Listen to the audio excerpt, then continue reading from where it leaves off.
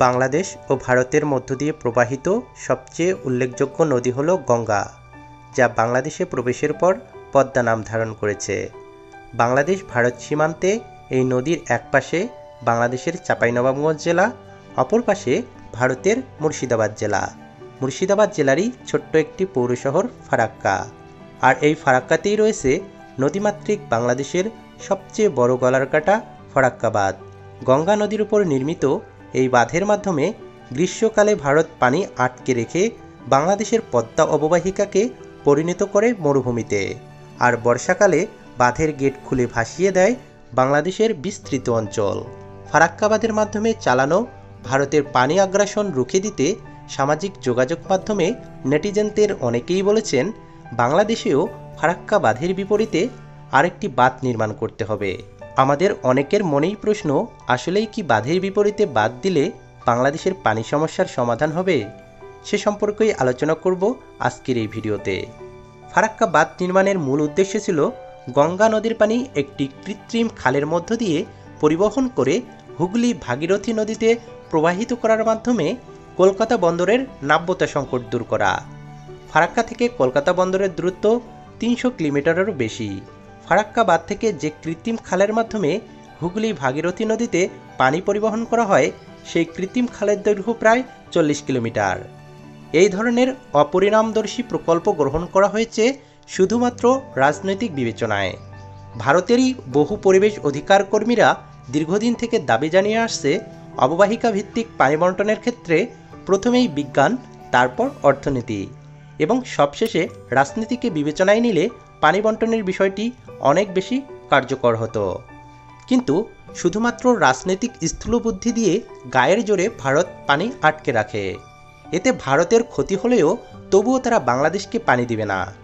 শুধুমাত্র এই ধরনের মানসিকতার কারণেই ফারাক্কা বাঁধ নির্মাণ করে ভারত ও বাংলাদেশ উভয় দেশেরই প্রাকৃতিক পরিবেশের অপূরণীয় ক্ষতি করা হয়েছে। তার চেয়েও গুরুত্বপূর্ণ বিষয় হলো যে কলকাতা বন্দরকে টিকিয়ে রাখার জন্য ফারাক্কা বাঁধ নির্মাণ করা হয়েছিল, বিগত 50 বছর ধরে ফারাক্কা বাঁধের পানি কলকাতা বন্দরে প্রবাহিত করেও সেই কলকাতা বন্দরকেই বাঁচানো যায়নি। এমনকি কলকাতা বন্দর সচল রাখতে বর্তমানে যে পরিমাণ ড্রেসিং করতে হয়, ফারাক্কা বাঁধ চালু করার আগেও এতটা ড্রেসিং করার দরকার হতো না। তার মানে যে উদ্দেশ্যে এই বাঁধ নির্মাণ করা হয়েছিল, এটি তার আসল উদ্দেশ্য পূরণে সম্পূর্ণ ব্যর্থ হয়েছে।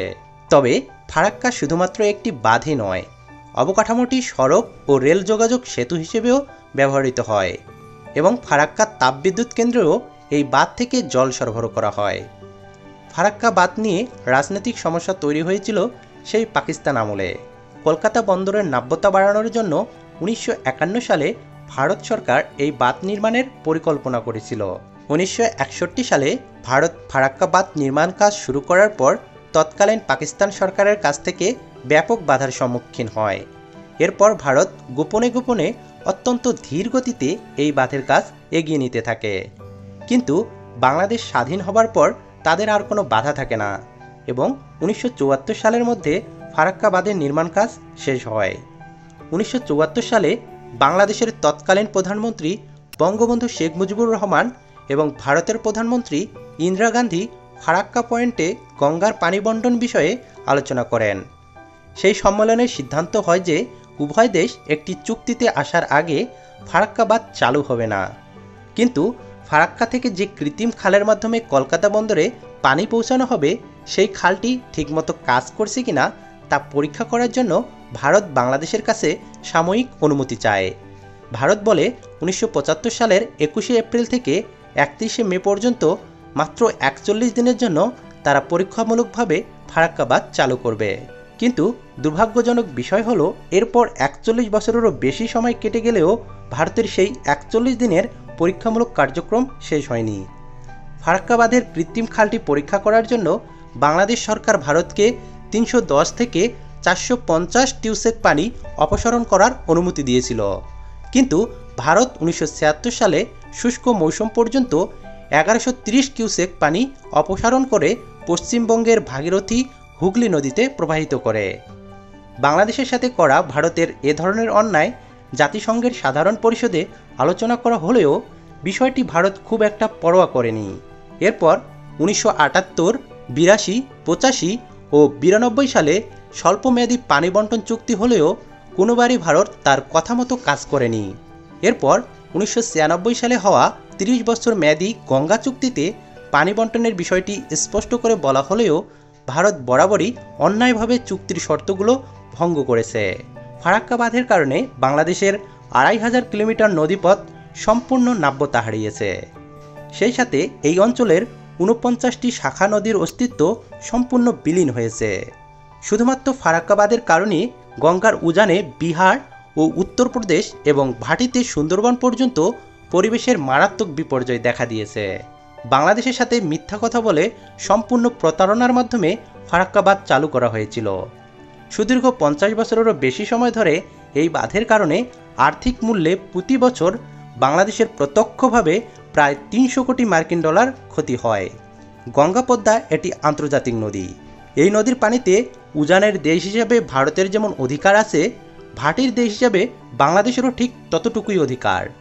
কিন্তু আন্তর্জাতিক আইন লঙ্ঘন করে ভারত বাংলাদেশকে পানির ন্যায্য অধিকার থেকে বঞ্চিত করেছে।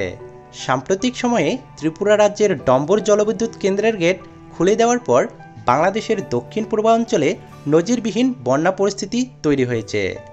এরপর থেকে সামাজিক মাধ্যমে অনেকেই বলাবলি করছে, ফারাক্কার বিপরীতে আমরা ফারাক্কার চেয়ে আরও উঁচু আরেকটি বাঁধ নির্মাণ করে ভারতের বন্যার পানি আবার ভারতেই ফিরিয়ে দিব। কিন্তু বিশেষজ্ঞরা বলেছেন, বাঁধের বিপরীতে বাঁধ নির্মাণ করলে বাংলাদেশের লাভের বদলে ক্ষতিই বেশি হবে। উদাহরণ হিসেবে বলা যায়, ভারতের শিলিগুড়িতে তিস্তা নদীর উপর গজলডোবা ব্যারেজ নির্মাণ করা হয়েছে। তার কিছুটা ভাটিতে বাংলাদেশের লালমনিরহাট জেলায় নদীর উপর তৈরি হয়েছে তিস্তা ব্যারেজ। অল্প দূরত্বে এরকম দুটি বাঁধ থাকার কারণে বাংলাদেশের আরও ভাটির দিকে তিস্তা নদীর সম্পূর্ণ মরুভূমিতে পরিণত হয়েছে।